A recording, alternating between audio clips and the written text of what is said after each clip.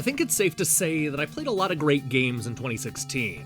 From Hitman to Tadpole Treble to the Aquatic Adventure of The Last Human.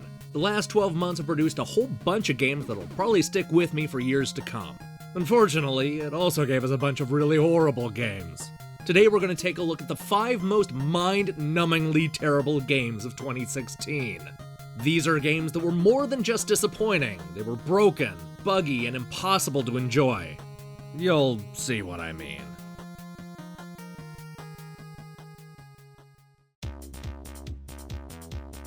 We're going to start off the list with Coffin Dodgers, a PlayStation 4 kart racing game that tries its hardest to ignore any advances made to the genre in the last 20 years.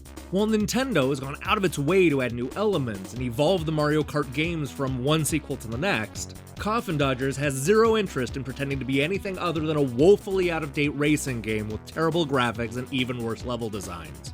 It almost feels like the creators of Coffin Dodgers were so in love with the goofy premise that they figured that they didn't have to create a competent game. Seeing a lot of old farts racing around a retirement community is a good start, but Milky T Studios never does anything compelling with the idea. It also gets the basics wrong, creating a frustrating experience that's never once fun to play. Coffin Dodgers is the worst racing game since Homie Rollers.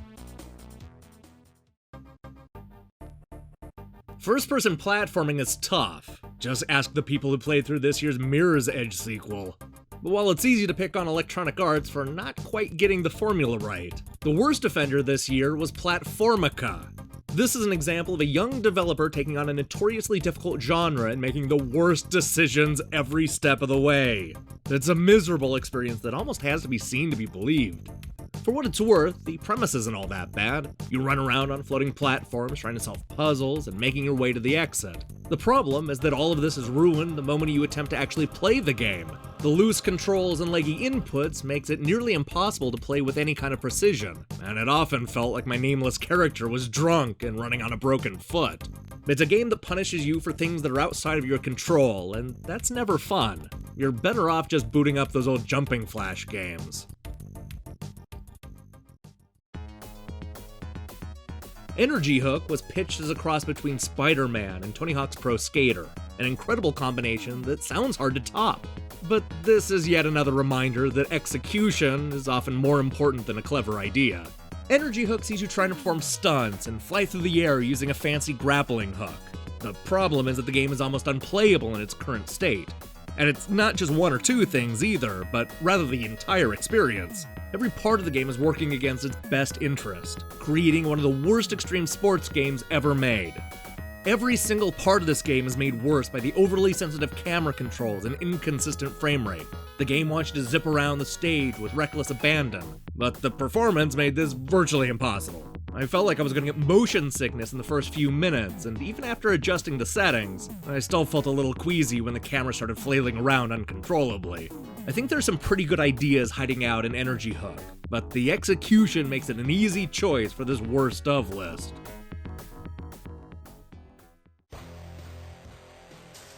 With a name like Massive Cleavage vs. Zombies, I expected Awesome Entertainment's newest game to be an ode to those B-rate movies from Troma. Sadly, this horrendous brawler can't hold a candle to chopper chicks from Zombie Town, Surf Nazis Must Die, and a nymphoid barbarian in Dinosaur Hell. There's no charm or style to it, just another cynical attempt to get exposure with a sexually suggestive title. It's almost as if the developer stopped working on the game the moment they finalized the name. At its best, Massive Cleavage vs. Zombies is a variation on games like Kung Fu and Vigilante. But at least those 30-year-old games had depth. You could walk around and perform different moves. Here you're stuck on a single screen with only high and low attacks. The problem is that zombies don't even need to bite you to register damage. There are times when zombies will be far away and still taking damage, leaving you with no recourse. And did I mention that it randomly turns into the worst dual-stick shooter of the year? Massive Cleavage vs. Zombies is an excruciating experience that should be avoided at all costs. As far as I'm concerned, everybody should play Honor and Duty.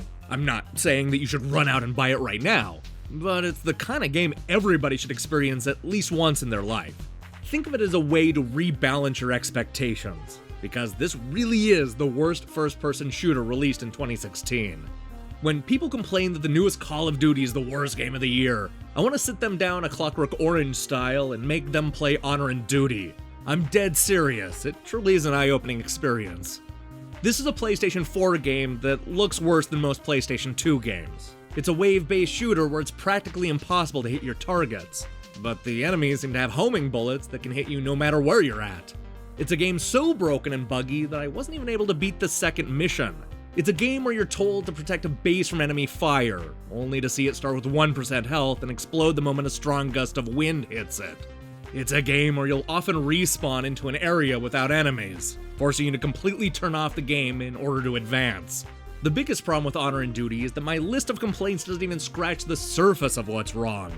Even if the developers fixed the horrendous technical issues, the leggy gameplay, and the laughably bad graphics, we would still be left with a World War II first-person shooter that's just a blatant ripoff of better games.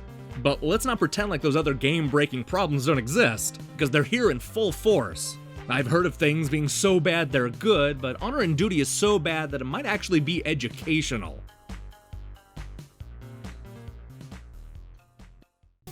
Hey, thanks for watching us count down the worst games of 2016. This was a surprisingly easy list to come up with, mostly because there were a few games that really stood out from the pack. Here's hoping 2017 is a little better. We still have a few 2016 features left to post, including the top 10 hidden gems of the year. We're also getting ready to post a bunch of reviews, as well as introduce a brand new trivia game show. If any of this sounds appealing, then I recommend you click the subscribe button and support what we're doing here. Until then.